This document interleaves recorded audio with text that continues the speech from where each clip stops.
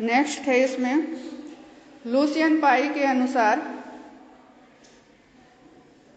राजनीतिक विकास की विशेषताएं। लुसियन पाई की पुस्तक है एस्पेक्ट्स ऑफ पॉलिटिकल डेवलपमेंट। इस बुक में लुसियन पाई ने पहले जो दूसरे विचारक हैं उन्होंने जो राजनीतिक विकास का अर्थ बताया है उसकी व्याख्या की और फिर राजनीतिक विकास पर खुद के विचार इस बुक में अभिव्यक्त किए हैं। तो लुसियन पाई के अनुसार वास्तव में जो राजनीतिक विकास है उसके अर्थों में क्या मानता है वो फर्स्ट इसमें आ जाएगा समानता।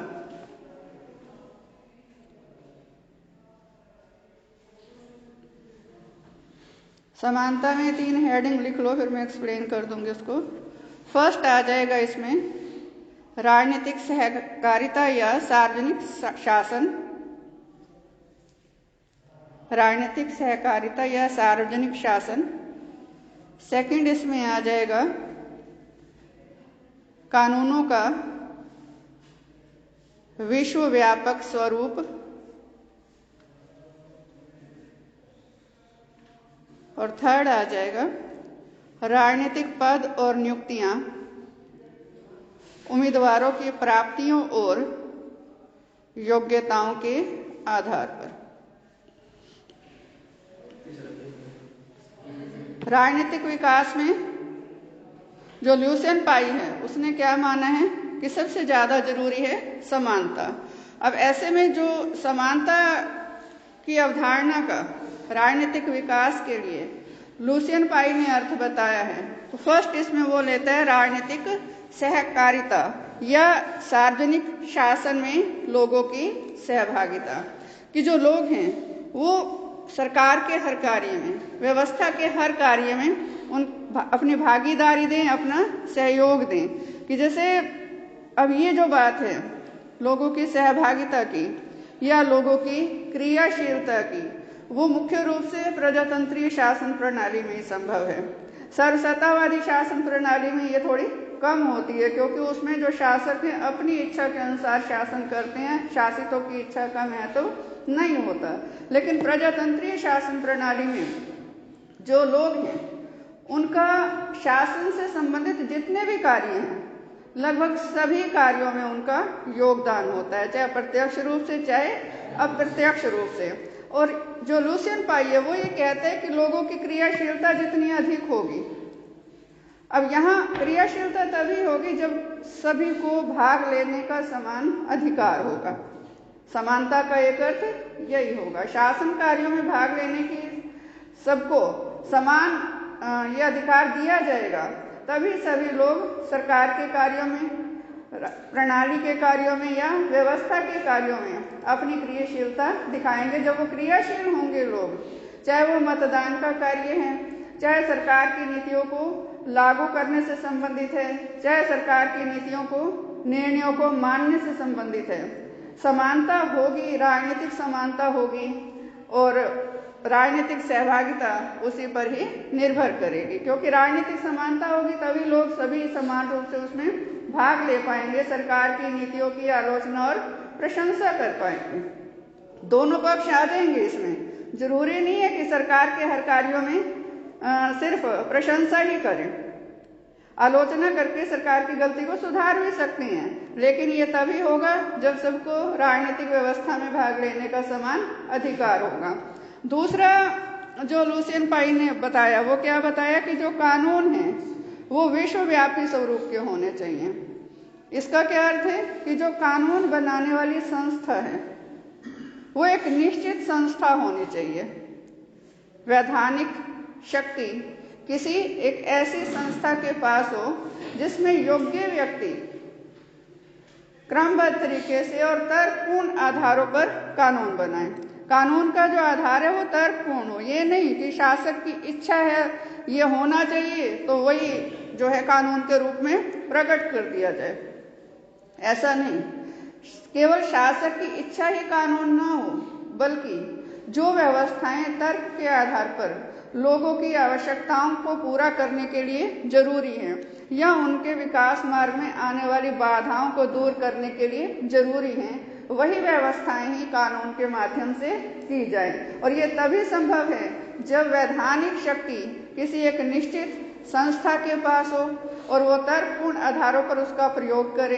तर्कपूर्ण आधारों पर प्रयोग का अर्थ क्या है कि उसमें योग्य लोग हों, और साथ ही साथ ये जो कानून सब पर लागू हों, वैधानिक सत्ता द्वारा जो कानून बनाए गए हैं वो सब पर लागू हों, तो उसमें अमीर गरीब का, उच्च पद या निम्न पद पर आसीन व्यक्ति का, इसमें कोई भी अंतर ना हो। कानून सबके लिए समान हो और कानून सब पर समान रूप से लागू हो, चाहे कोई धनी है, चाहे कोई निर्धन है, चाहे कोई किसी उच्च पद पर है, चाहे कोई ऐसा व्यक्ति है जो किसी भी पद पर नहीं है।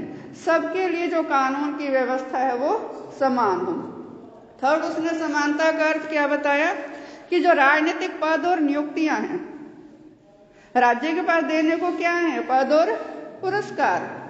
तो ये जो पद और पुरस्कार हैं, राज्य निश्चित योग्यताएं इसके लिए निर्धारित करे कि इस पद के लिए योग्यता चाहिए, ये प्रमाण पत्र चाहिए, और उसी योग्यता और उसी प्रमाण पत्र या जो भी व्यवस्था लागू की गई है उसके आधार पर जो व्यक्ति इसमें नियुक्त होंगे वो शासन व्यवस्था में अपना सही सहयोग देंगे। माने कोई भी पद है उसके लिए जो योग्यता निश्चित की गई है, उसके लिए कोई कंपटीशन एग्जाम भी हो सकता है, या और कोई टेक्निकल एजुकेशन है, या कुछ भी ऐसा उससे संबंधित प्रमाण पत्र भी हो सकता है। केवल उस आधार पर ही नियुक्तियां दी जाएं, ना कि किसी संकीर्ण आधार पर या किसी राजनीतिक आधार पर नियुक्तियां दी जाएं। माने जो नियुक्तियों का आधार है वो योग्यता हो, कोई ना कोई प्रमाण पत्र हो, कोई संकीर्ण आधार या कोई राजनीतिक आधार नियुक्तियों का ना हो। इस सारे अर्थ में उसने समानता को इसी अर्थ में ही समाहित किया है कि जो कानून है वो सबके लिए समान हो, सरकारी पद और पुरस्कार हैं वो सबके लिए समान हो, और राजनीतिक व्यवस्था में भाग लेने का भी सबको समान अवसर मिले, ताकि सभी समान रूप से उसमें अपना क्रियाशील या सक्रिय योगदान दे सकें। सेकंड इसमें आ जाता है क्षमता, कैपेसिटी। क्षमता का अर्थ क्या होगा? मुख्य रूप से जो लुसियन पाई है इसमें भी उसने तीन ही वो बताए हैं। फर्स्ट आ जाएगा राजनीतिक प्रणाली के निकास, सेकंड आ जाएगा सरकार के विभिन्न क्षेत्रों की समस्याओं के समाधान के लिए किए गए कार्य, थर्ड आ जाएगा प्रणाली का प्रभाव और योग्यता, और फोर्थ आ जाएगा इसमें प्रशासन की तर्कशीलता और सरकारी नीतियों का धर्मनिरपेक्ष स्वरूप। फर्स्ट इसमें क्या आ गया? आउटपुट, कि जो कोई भी राजनीतिक प्रणाली है उसकी हम क्षमता जांचेंगे, उसकी कैपेसिटी देखेंगे, तो मुख्य रूप से हम उसकी आउटपुट को देखेंगे। आउटपुट क्या है? प्रणाली द्वारा बनाए गए कानून। वो कानून किससे संबंधित हैं? केवल राजनीतिक क्षेत्र से संबंधित नहीं है, सामाजिक क्षेत्र से संबंधित भी हैं और वो आर्थिक क्षेत्र से संबंधित भी हैं। जीवन के जितने भी पक्ष राजनीतिक जीवन को प्रभावित कर रहे हैं, राजनीतिक व्यवस्था को प्रभावित कर रहे हैं, जितना जितना प्रभावित कर रहे हैं उतना उतना उससे संबंधित आउटपुट्स जो हैं, या जो निकास या कानून नीतियां, ये सरकार द्वारा या प्रणाली द्वारा जो निश्चित किए जाते हैं। और साथ ही साथ दूसरा इसमें क्या है? सरकार के कार्य। सरकार के कार्य किससे संबंधित होंगे? केवल राजनीतिक जीवन से नहीं, सामाजिक जीवन से भी सरकार के कार्य संबंधित होंगे। मनुष्य तो सामाजिक प्राणी है, समाज में ही रहता है, और समाज में ही राज्य नाम की संस्था अस्तित्व भी आई है। तो ऐसे में जो कार्य हैं प्रणाली के, वो सामाजिक जीवन से संबंधित भी जो समस्याएं हैं उनके समाधान प्रस्तुत करेंगे। माने सरकार नियम बनाकर, कानून बनाकर सामाजिक जीवन की समस्याओं का भी समाधान करेगी। उसके जो सामाजिक जीवन में व्यक्तियों के समक्ष कोई दिक्कत आ रही है तो उसको चुनौती के रूप में सरकार स्वीकार करके उसका समाधान करने का प्रयास करेगी। और फिर जब सामाजिक जीवन की समस्याओं का समाधान धीरे धीरे लगभग काफी हद तक हो जाएगा तो इस सामाजिक तथ्य से ऊपर उठकर जो व्यवस्था है, जो प्रणाली है, वो एक उद्योग का रूप धारण कर लेती है। माने सामाजिक जीवन में अब सब ठीक है, असमानता नहीं है, कोई शोषण का शिकार नहीं है, किसी स्तर पर कोई भेदभाव नहीं है, कोई सामाजिक बुराइयां नहीं है। धीरे धीरे ये सारी समाप्त होंगी ना, तो फिर सरकार का मुख्य फोकस किस पे होगा? आर्थिक विकास पर। तो सरकार या प्रणाली इस सामाजिक तथ्य से ऊपर उठकर एक उद्योग का रूप धारण कर लेगी। और फिर जब कोई भी प्रणाली, लुसियन पाई कहते हैं कि सामाजिक तथ्यों से ऊपर उठकर उद्योग का रूप धारण कर लेती है, इसका मतलब वो एक उन्नत प्रणाली बनने की ओर अग्रसर है। उसका राजनीतिक विकास शुरू हो चुका है या कंप्लीट हो चुका है। वैसे तो विकास कभी भी पूर्ण नहीं होता, निरंतर चलने वाली प्रक्रिया है, माने एक शिखर तक वो पहुंच चुकी है। इसी में ही फिर कैपेसिटी में लुसियन पाई ने एक बात कही है, प्रणाली का प्रभाव और योग्यता। कि जो प्रणाली है, प्रणाली सार्वजनिक नीतियों को लागू करती है, लोगों से संबंधित कानून बनाती है। ये जो सार्वजनिक नीतियां हैं, प्रणाली कितने प्रभावपूर्ण तरीके से लागू करती है। माने जो सरकार है वो जो अपने कानून लागू करती है जनता पर, उसमें कितने वो कानून प्रभावशाली होते हैं। प्रभाव होगा सरकार का, जनता ये मानेगी कि ये प्रणाली उत्तम है और केवल हमारे ही हित के लिए कार्य कर रही है। ये प्रभाव है ना। शक्ति तो क्या है कि दंड के भय से सभी कानूनों का पालन करेंगे, लेकिन सरकार ने, प्रणाली ने कोई कानून बनाया है, लोग अभी उसको पूरा जान नहीं पाए, समझ नहीं पाए, लेकिन फिर भी उसको स्वीकार कर रहे हैं, मान रहे हैं। क्यों? कि प्रणाली का प्रभाव है कि प्रणाली हमारे लिए कभी कुछ गलत कर ही नहीं सकती, नियम कानून हमारे लिए गलत हो ही नहीं सकते। और यही प्रभाव ही प्रणाली की योग्यता है कि जो उन्नत शासन प्रणालियां हैं उसमें प्रणाली प्रभावशाली तरीके से ही अपने जो कानून हैं, अपनी जो सार्वजनिक नीतियां हैं, उनको लागू करती है। और लोग उसका इसलिए भी विरोध नहीं करते कि यह प्रणाली हमेशा देश हित में, जनहित में ही कार्य कर रही है। ये अगर लोगों में विश्वास है तो लुसियन पाई कहता है कि इसका मतलब जो प्रणाली है वो सक्षम है, सामर्थ्यवान है, कि उसके प्रति लोगों के मन में इतना विश्वास है कि लोग उसके हर कार्य को, हर नीति को बिना विरोध किए स्वीकार रहे हैं। और इसी में ही नेक्स्ट लुसियन पाई ने क्या बताया है? प्रशासन की तर्कशीलता और सरकारी नीतियों का धर्मनिरपेक्ष स्वरूप। प्रशासन की तर्कशीलता माने कि जो भी कार्य किए जाएं प्रणाली के द्वारा, सरकार के द्वारा, वो योजनाबद्ध तरीके से किए जाए। उसमें कोई योजना, कोई प्लानिंग दिखाई देनी चाहिए, होच पोच नहीं हो सारा कि हाँ आज जीवन के इस क्षेत्र को लिया है, आज सामाजिक जीवन के इस पक्ष को लिया है, फिर 1 साल बाद, 2 साल बाद सामाजिक जीवन का कोई और पक्ष जो है उसको सही करने का, उसमें जो भी विसंगतियां हैं उनको दूर करने का बीड़ा किसी भी प्रणाली ने उठाया है।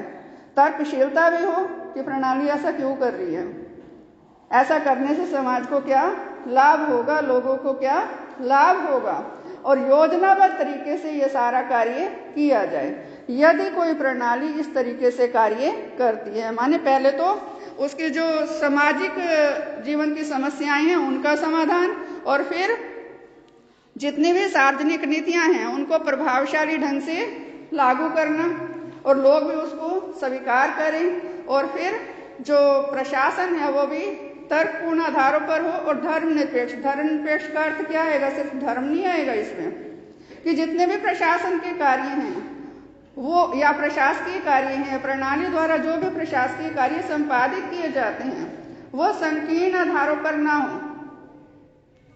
यहाँ धर्मनिरपेक्ष का अर्थ सिर्फ धर्म नहीं, जाति, वर्ग, क्षेत्र, धर्म सब कुछ आ जाएगा। यहाँ हम धर्मनिरपेक्षता का अर्थ ब्रॉडर सेंस में लेंगे कि जो प्रणाली है उसके लिए सभी व्यक्ति समान हो, किसी भी तरह का कोई भेदभाव प्रणाली के समक्ष ना हो किसी के लिए। प्रणाली सबके लिए समान रूप से कार्य करे।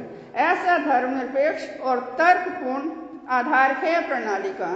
तो ल्यूसेन पाई कहते हैं कि इसका अर्थ है वहां राजनीतिक विकास हो चुका है। नेक्स्ट है इसमें थर्ड, विभिन्नता और विशेषज्ञता।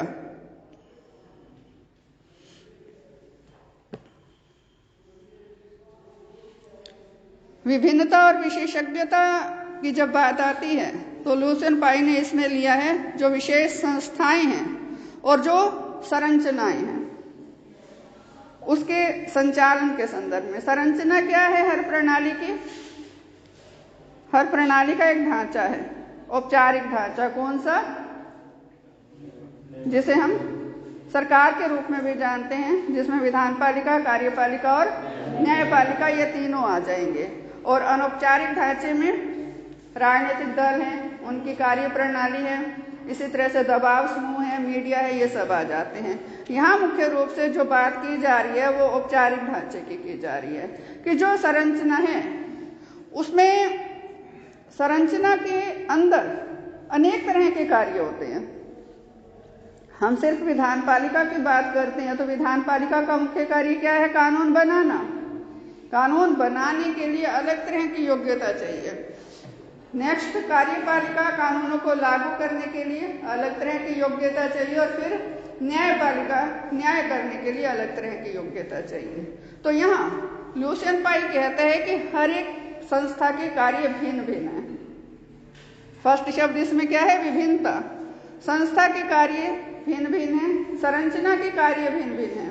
इन तीनों संस्थाओं के अलावा और भी अनेक संस्थाएं हैं जो सरकार के अंतर्गत कार्य करती हैं और सबके कार्य भिन्न भिन्न हैं। हर संस्था में भी अलग अलग पद हैं, उनके भी कार्य भिन्न भिन्न हैं। तो दूसरा शब्द आ जाता है इसमें विशेषज्ञता, कि जब कार्य भिन्न भिन्न है तो फिर योग्यता भी भिन्न भिन्न होनी चाहिए, निपुणता भी भिन्न भिन्न होनी चाहिए, विशेषज्ञता भी भिन्न भिन्न होनी चाहिए। माने अलग अलग प्रकृति के कार्यों को करने के लिए अलग अलग तरह की योग्यता चाहिए।